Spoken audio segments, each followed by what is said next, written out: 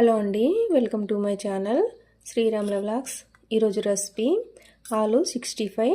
ఈ ఆలు 65 ప్రిపరేషన్కు ఆలును ఈ విధంగా కట్ చేసుకొని శుభ్రంగా వాటర్తో 2-3 టైమ్స్ కడుక్కొని ఒక బౌల్లోకి తీసుకోవాలి. 65 ప్రిపరేషన్కు 2 స్పూన్ల శనగపిండిని ఈ ఆలు ముక్కల్లో వేసుకుంటున్నా. 1 స్పూన్ మైదా పిండిని వేసుకుంటున్నా. 1 స్పూన్ కార్న్ ఫ్లోర్ను వేస్తున్నా. టేస్ట్కి సరిపడా సాల్ట్ వేసుకుంటున్నా. సరిపడినంత కారం వేస్తున్నా. కొంచెం గరం మసాలా వేసుకోవాలి.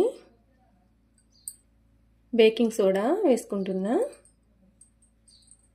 ఫుడ్ కలర్ యాడ్ చేసుకుంటున్నా. ఇంగ్రీడియంట్స్ అన్నీ ఆలు ముక్కలకు పట్టే విధంగా బాగా కలుపుకోవాలి.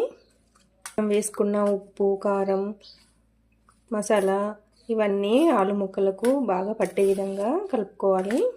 ఇందులో వాటర్ వేసుకోకూడదు. ఇలా కొంచెం పొడి పొడిగానే కలుపుకోవాలి. ఇది ఆలు 65 కాబట్టి ఆలు ముక్కలను ఇలా పొడి పొడిగా కలుపుకోవాలి. మరి ముద్దలా కలపకూడదు. ఇలా బాగా కలుపుకొని ఒక 5 మినిట్స్ పక్కన ఉంచాలి. ఈలోగా మనం గ్యాస్ పైన ఆయిల్ వేడి చేసుకుందాం.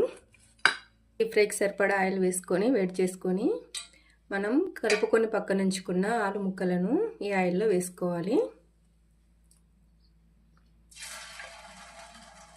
ఆయిల్ బాగా వేడైన తర్వాతనే ఆలు ముక్కలను ఆయిల్లో వేసుకోవాలి. గ్యాస్ను మీడియం టు హై ఫ్లేమ్లో ఉంచుకొని ఈ ఆలు 65ని కుక్ చేసుకోవాలి. ఆలు 65 క్రిస్పీగా వేగాయి. ఇప్పుడు వీటిని ఆయిల్ నుండి సపరేట్ చేసుకోవాలి.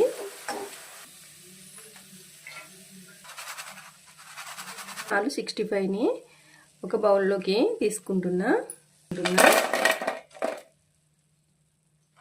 ఈ ఆయిల్లో 2-3 పచ్చిమిర్చిని వేసుకొని వేపుకోవాలి. కొన్ని కరివేపాకు రెబ్బలు వేసుకొని వేపుకోవాలి. వేపిన పచ్చిమిర్చి, కరివేపాకును ఆయిల్ నుండి సపరేట్ చేసుకుంటున్నా.